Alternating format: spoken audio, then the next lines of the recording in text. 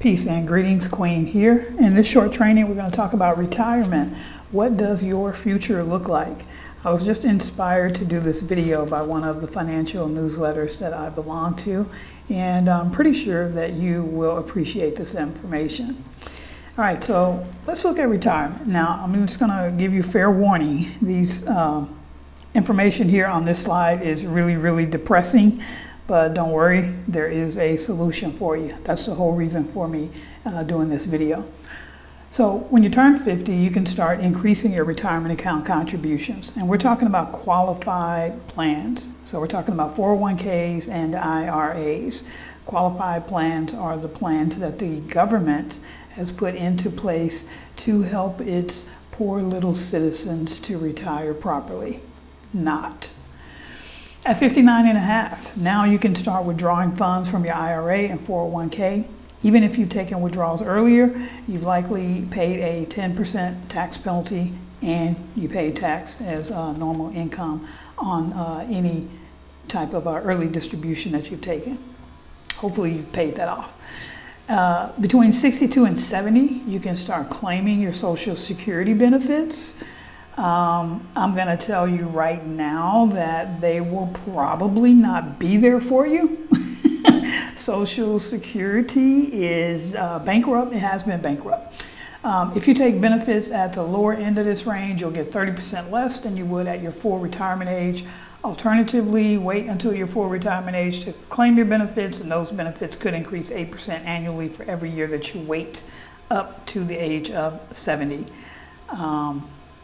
Yeah. At the age of 65, yay, you can now apply for Medicare. Yeah. At the age of 73, by April 1st, after you turn 73, you are legally obligated to start taking the required minimum distributions from your IRA and your 401k. Please note that this age will increase to 75 in the year 2033. So, this box that you're put in when you use qualified plans. Now, I'm not telling you not to use qualified plans, right? That's not what I'm telling you. If it's a 401k and I was sitting down and I was, having a chat with my best friend and, she said, hey, Queen, do you think I should do the 401k? And I would say, well, let me ask you, does your company do a match? Yeah, they match me whatever percentage it is. I say, okay, I would put that amount in up to the match. I wouldn't do anything over and above that. Because if you put it in a financial calculator, it doesn't make sense. What if it's a younger person? Maybe they've just started their working career. They ask me the same question. I would tell them the exact same thing. And a younger person, I would definitely get them on board with my infinite wealth strategy because, they can do like I did, retire early, live where you want to live, 5-minute walk from blue ocean, and have a dream life. That's what we're here to do. All right. So what I want to share with you, again, my infinite wealth strategy, there are 4 pillars that are involved with this particular strategy. Now, I'm not telling you to ditch your 401k or ditch your IRA. What I'm merely suggesting is that you add to your retirement strategy, okay? So with my infinite wealth strategy, the 4 pillars are increase your income. That's the first thing, right? The second pillar is to destroy debt. Any debt that you have, we want to destroy it. We have a very systematic technological way to do that. Number 3, BYOB. That does not mean bring your own beer. That means be your own bank. Act like a bank, think like a bank, behave like a bank, get paid like a bank. That's what the BYOB strategy is. And then the CYA, that does not mean cover your ass, but it kind of does mean cover your ass because it is the asset protection pillar that teaches you, shows you, walks you through protecting your assets so that when you do transition and your estate is transferred over to your heirs, it avoids going into the endless pitfall of probate. You do not want to take your heirs through that torture.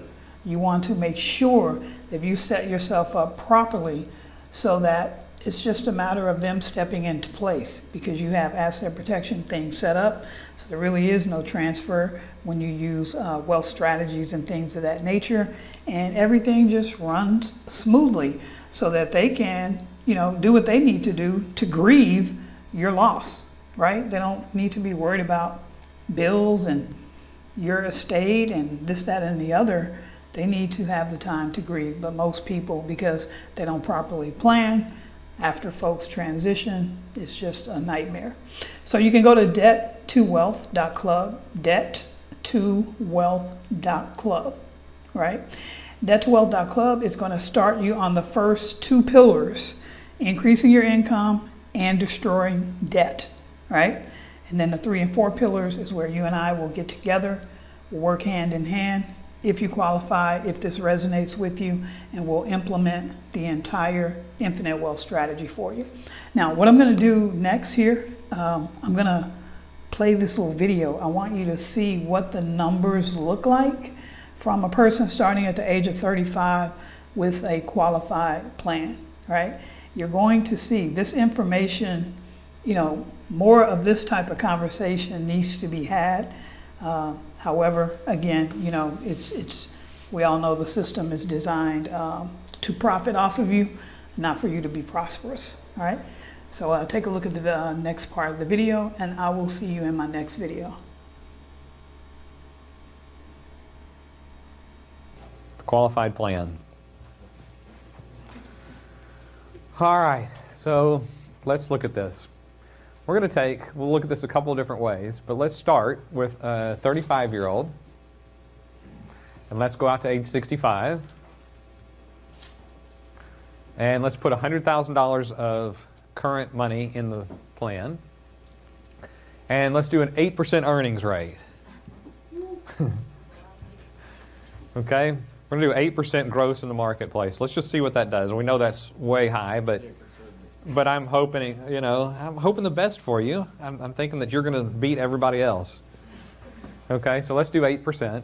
We'll fix it. And then let's add a payment of, say, $17,000 a year. All right, what we see is $3.3 million. With $3.3 million, what is the point of doing anything? I am done, right? And that is the way a lot of times the qualified plans are talked about. With that kind of money, that's more money than I can imagine. All right? This is great that you're saving money, that you've accumulated money. Are there any other reasons why you might want to put money in this great 8% investment? The match? Yeah, you get some free money from your employer. What else? Tax deductible, or yeah, a lot of times it's talked about as more, you don't have to pay tax on those dollars, right? Exactly. So let's look at those things. So employer match, you're right. I looked at your documents. You are getting a 50% employer match, but it's not 50% on everything. It's 50% on the first 2% of your income. So you're making currently $150,000 a year. So we'll put a 50% match up there, but it's actually being cut off at $3,000. Does that make sense? Now, look what happened. Our rate of return went from 8 to 8 1/4. Why did it go to 8 1/4? The reason is that's free money. It's adding to the amount of money that we have. It increased this, but it didn't increase our cost because we got that portion for free. So we're earning more than what the stated earnings rate is. Now, most people are going to be disappointed when they see that it only went up to 8 1/4, because what they've been told is if you're getting 50% match, then you're earning at least 50%, so that should have made this at least 12. We should have gotten half again, whatever our earnings rate is. And it doesn't work like that, unfortunately. The match is only on the contribution. It's not on the whole pile of money. So while the match is being matched, every year that we go down the road, the less impact that match actually has on the overall rate of return. Does that make sense? Okay. And then let's look at the taxes.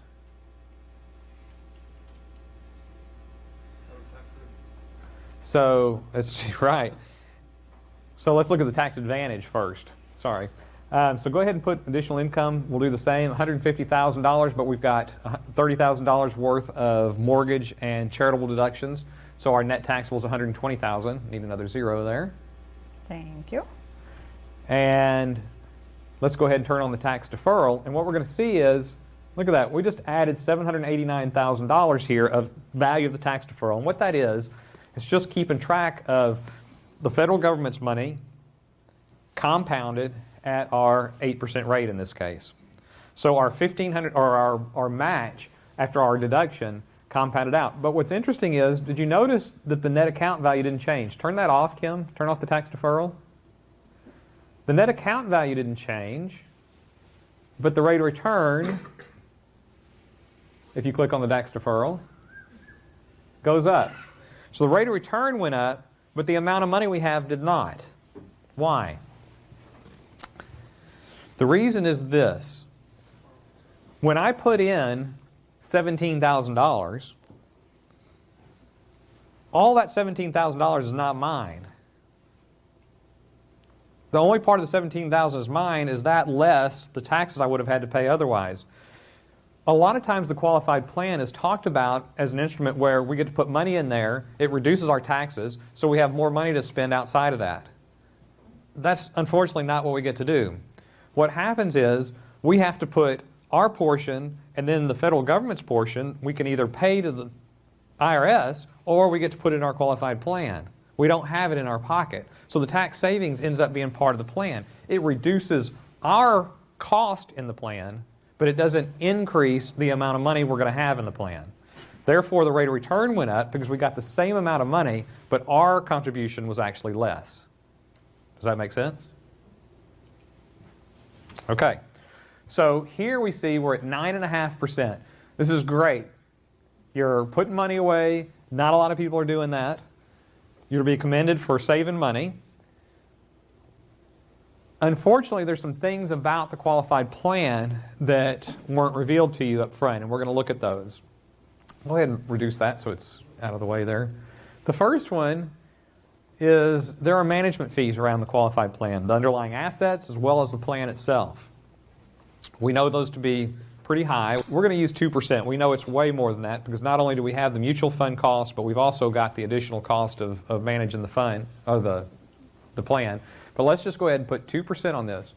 And what we see is that first 2% just took away all of the benefit we got from our employer and all the benefit we got from the federal government. And then some, right. Because now we're down to 7.4 from our 8%. It's interesting to see, look what happened. We actually paid out $562,198 in management fees. But look what it did to our account. Turn that off. Our account goes from $3.5 million down to $2.1 million. There's $1.4 million lost in our account for $562,000 paid out in fees. Yes? The problem with that is they never see those management fees. No, it depends. You're right. Most of the time.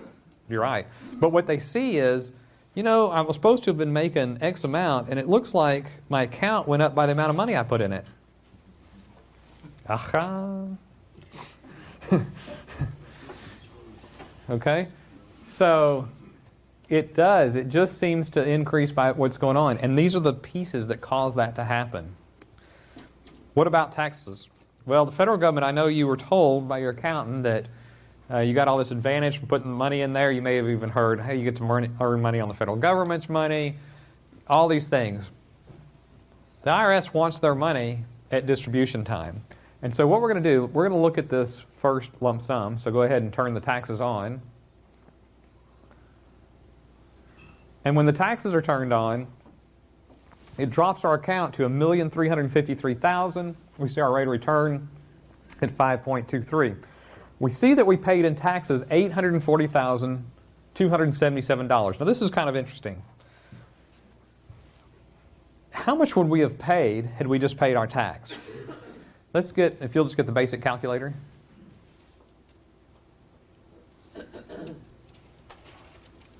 Okay, so we've got 17,000. There I've got an effective tax rate of, actually turn off the tax cost just a minute. I want to see what the deferral says there. Oh, there's part in, sorry, it's 25%. That's what I needed. I wasn't looking at it right. Go ahead and turn the tax cost back on and minimize that. Okay, so we're in a 25% marginal bracket. So we've got 17,000 times 0.25.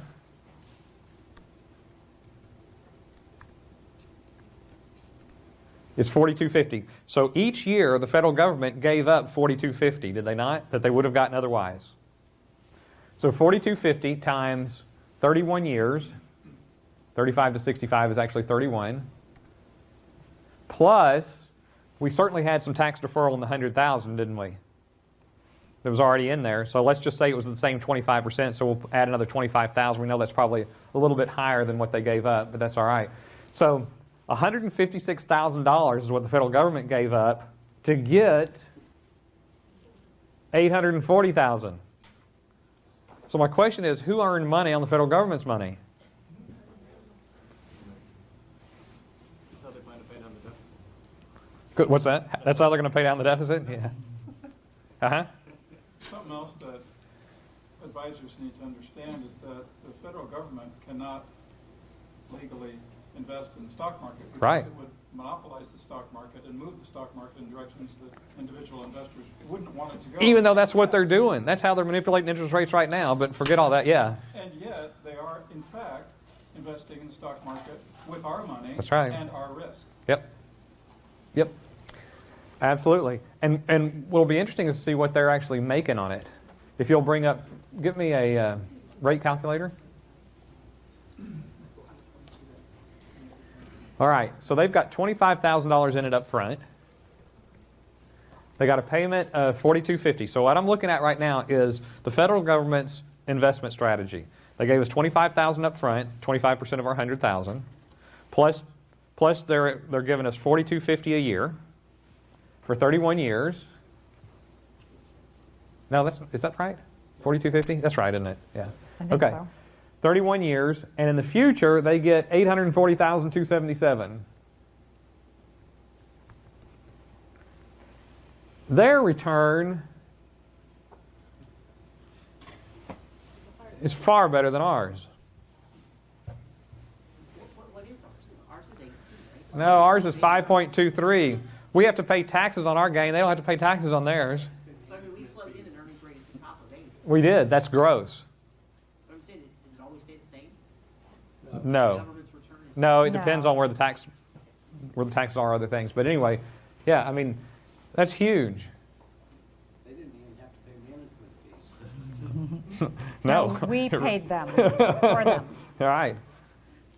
I mean, if you think about it, our management fees went up because of the free money, right? Okay, so it's not that it didn't help our account, but the feds have a vested reason for allowing the qualified plans, I'd say.